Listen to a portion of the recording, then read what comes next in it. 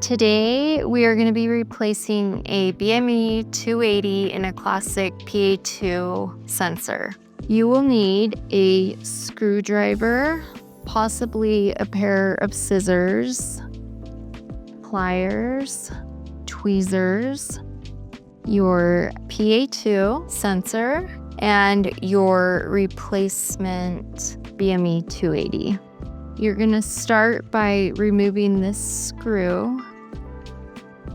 Then I take my fingers, put them on the outside, grab the ring that's in there. If you have a hard time pulling it out with your thumbs, you can take your pliers and grab this internal bracket that's in there and then just pull.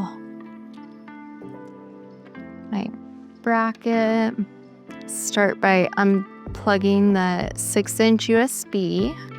I want to get the laser counters out of the ring, so I use my thumbs to push up on the laser counters. Then I will take off this piece of tape that's by the BME 280, and I'll take it completely off of the top of that board. Put it off to the side so you could reuse it. You'll want to pull the BME 280 straight out of this main mount. I'll make sure that this is not tangled in the ribbon cable. Take my tweezers and make a space. You can take your scissors, being very careful not to cut any of the wires, and make a little slit just to make it easier to get to the connector.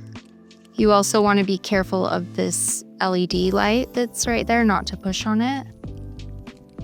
When I'm pulling these out, I want to make sure I am as close to this white connector as possible. I'm actually holding onto it, and then I just pull it straight out. I'll get my replacement BME 280. There's metal pins inside that connector that it needs to line up with. So I get it lined up and then push it in, making sure there's not a gap right there. You can take an extra piece of Captain tape and just wrap around where you sliced it, being careful not to cover the USB connector port. Then you take your BME 280. You want to make sure that the side that has the piece of foam on it is facing down towards the laser counter, which means the red wire is going to be on the left side. I hold on to the wires. I put the left side in first, and then I try to snag this piece of tape on this side as I'm putting it in. Otherwise, it bunches up and wants to push the BME 280 out. Then I'll take the wires, tuck them under the board, and then the board just goes right back on top of itself like that. Then you'll take your piece of Captain tape. I like to line it up just a little bit above these white connectors, making sure that the BME 280 is all the way up in there, and then I'll tape it down, make sure that it's really sticking. These wires need to be on this side. There's a chip right here that they can't be underneath, so you don't want them to be on this side. And I'll take my ring. The hole in the ring needs to be on the same side as the barcodes on the laser counter.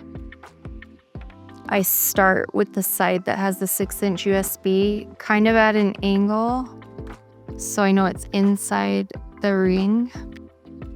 And then I use my fingers on this side to push in. If it's difficult, then I turn it and push it with my thumbs and then down. You want to make sure that it goes all the way down so that the corners of the laser counters are in those grooves. Then I will pull this Captain tape back, making sure none of it is in the way of this connector.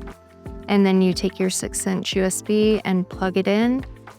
You pull the Captain tape back over, Then you'll take your internal bracket that goes right there, making sure that you don't place the bracket on top of any wires. Then I'll hold the bracket with my thumb and the ring with my fingers. Take my cap. I kind of go in so the holes aren't lined up, and then I'll turn it so it's facing down, because if I were to let go of this bracket when I had it upside down, it will just fall into the cap. Then I turn it and line the holes up. Take your screw and put it in there. Get it lined up with the bracket. I'll start hand tightening it, make sure that it's going into the bracket good. Once I know it is, I push on the ring just to make sure it's up in the cap. And then I hold on to the bracket with my thumb and I finish screwing in that screw. That is how you change a BME 280 in a Classic PA2. Thank you for watching.